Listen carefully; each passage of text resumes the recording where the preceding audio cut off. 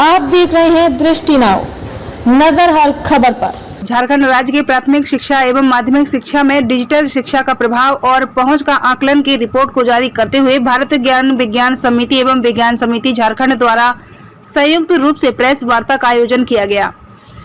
Press वार्ता में अपनी रिपोर्ट के माध्यम से भारत ज्ञान विज्ञान समिति के राष्ट्रीय महासचिव डॉक्टर काशीनाथ चटर्जी ने बताया कि कोविड काल में हर क्षेत्र में और हर वर्ग के लोग प्रभावित हुए हैं।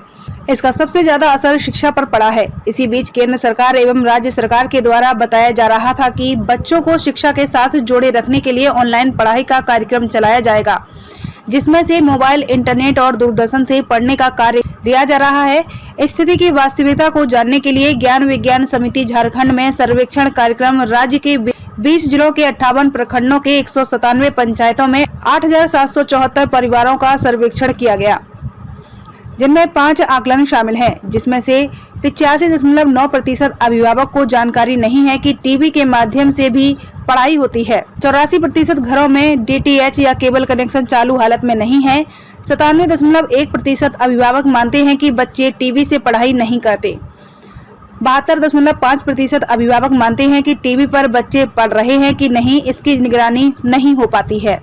25.19% परिवार ने माना कि बच्चे पढ़ते पढ़ते एंटरटेनमेंट चैनल देखने लगते हैं। ऑनलाइन शिक्षा का एक और माध्यम मोबाइल और इंटरनेट, परंतु 97 से 36 बच्चों के पास स्मार्टफोन नहीं है। मात्र 55.5% अभिभावक के पास ही स्मार्टफोन है। 87.3% अभिभावकों ने बताया कि पिछले लॉकडाउन में बच्चों ने मोबाइल से पढ़ाई नहीं की। 8,774 बच्चों में से मात्र 602 बच्चे ही मोबाइल से शिक्षा ग्रहण कर रहे थे। उनमें से 44.3% बच्चे ही उपलब्ध कराई गई क्लास स्टडी का चुनाव कर पाते थे। मोबाइल में स्टडी करते समय इन दिक्कतों का सामना करना पड़ा है, जैसे कि 33.4% नेटवर्क की मटेरियल का समस्या, 13.9% को समय पर रिचार्ज की कमी, 12.4% को समझने में दिक्कत है। केवल 8.5% बच्चे ही इन दिक्कतों से मुक्त पाए। 97.4% अभिभावकों ने माना कि कोविड-19 के कारण बच्चों की शिक्षा में आई गिरावट को पूरा करने के लिए अलग व्यवस्था की आवश्यकता है। इस बीच ज्ञान विज्ञान समिति ने यूनिसेफ के सहयोग से चलाए जा रहे ओपन सामुदायिक शिक्षण केंद्र के स्थिति का भी आकलन किया, जिसमें 98.3% लोगों ने माना कि सामुदायिक शिक्षण केंद्र के सहयोग से बच्चों के सीखने के स्तर और ज्ञान के स्तर में सुधार हुआ है तथा फिर से स्कूल से जोड़ने में मदद मिली है। 5.9% लोगों ने बताया नहीं बताया, तो इसका मतलब क्या हुआ कि 14.1% लोगों ने ही बताया कि खाली मैंने पढ़ाई होती है, टीवी से जानकारी है, बाकी लोगों को जानकारी नहीं। दूसरा बात क्या है कि आपके घर में डीटीएच कनेक्शन या केबल कनेक्शन के साथ चालू हालत में टीवी है। 84% ने इसका उत्तर नहीं में दिया। हम लोगों ने जो सर्वे किया है वो पूरा ट्राइबल एरिया, एसी एरिया, जंगल पहाड़ एरिया, पूरा के पूरा गाँव में 20 जिलों में, पूरा इंटीरियर एरिया में, शहर सर्वे में हम लोगों ने इंक्लूड नहीं किया, पूरा गाँव का। और 16% ने जवाब दिया कि हाँ हमारे पास डीटीएच कनेक्शन है। अब देखिए, जब ये परसेंटेज देखिएगा तो मात्र 8,774 बच्चों में 255 बच्चे हैं जो टीवी से पढ़ाई करते हैं। तो टीवी से 255 बच्चे पढ़ाई करते हैं, उसमें कह रहा है कि जब बच्चे टीवी से पढ़ते हैं तो उनकी निगरानी हो पाती है। 72.5% ने हाँ में जवाब दिया। मतलब 255 बच्चे 8,774 में से 255, उसमें भी 72%। इसका मतलब एकदम नगण्य हाल है टीवी से पढ़ाई का। पहला बात तो सरकार जो ये कह रही है कि हम टीवी से बच्चों को पढ़ाएंगे, एक फेल है। ये हम दिखाना चाह रहे हैं, संभव नहीं है, आपको डिजिटली पढ़ाना। दूसरा ये, उसके बाद चैनल वगैरह। फिर हम लोगों ने पूछा क्या बच्चे के पास अपना स्मार्ट मोबाइल फोन है। पहले का जो था, अगला जो हम किए थे वही आया कि 97.3% कहता नहीं। तो ये जो स्थिति है, और इसमें जो बोला क्या अभिभावक के पास स्मार्ट मोबाइल फोन है, तो 55.5% के पास जो है मोबाइल फोन है। क्या पिछले लॉकडाउन में बच्चे ने मोबाइल से पढ़ाई की थी? जो अगले बार आया था वो इस बार भी आया है। 87.3% ने कहा नहीं और 7.6% ने कहा हाँ।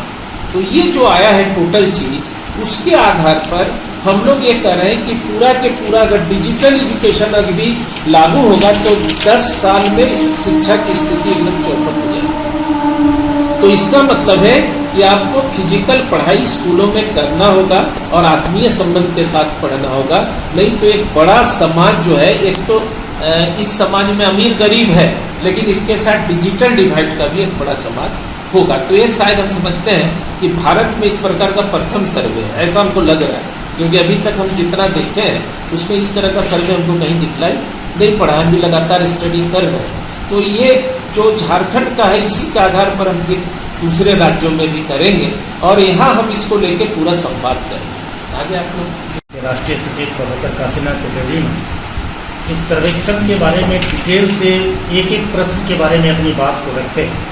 जब इन्होंने सीधे कहा कि ज्ञान विज्ञान समिति झारखंड को सर्वे करके गांव के अंदर वस्तुगत स्थिति से अवगत होने की आवश्यकता है, तो हम लोगों ने पूरा के पूरा इसे सर्वे को गांव में उतारने की कोशिश की है और ये कोशिश की है कि अभी भी शिक्षा के वातावरण बनाने की जरूरत है। सरकार जिस तरीके से डिजिटल एजुकेशन पर जोर दे रही है, ये अच्छी बात है, हम उसका पूरा विरोध नहीं कर रहे हैं, लेकिन हमारे समाज का, हमारे शिक्षा के स्थिति का गांव के अंदर, खेत और खलिहान के अंदर क्या स्थिति है, इसका एक आकलन हमारे लिए जरूरी है।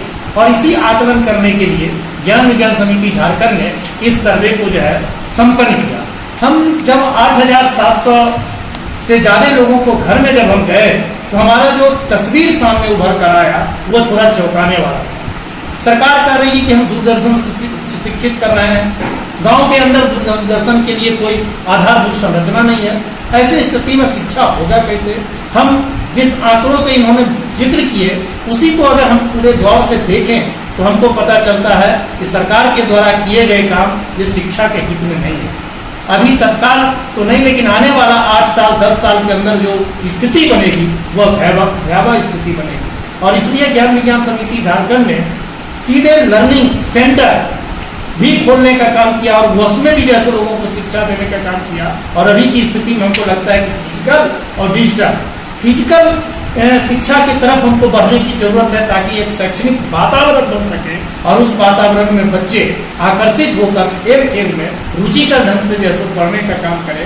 इसीलिए यह सर्वे हमारा एक आईना होगा।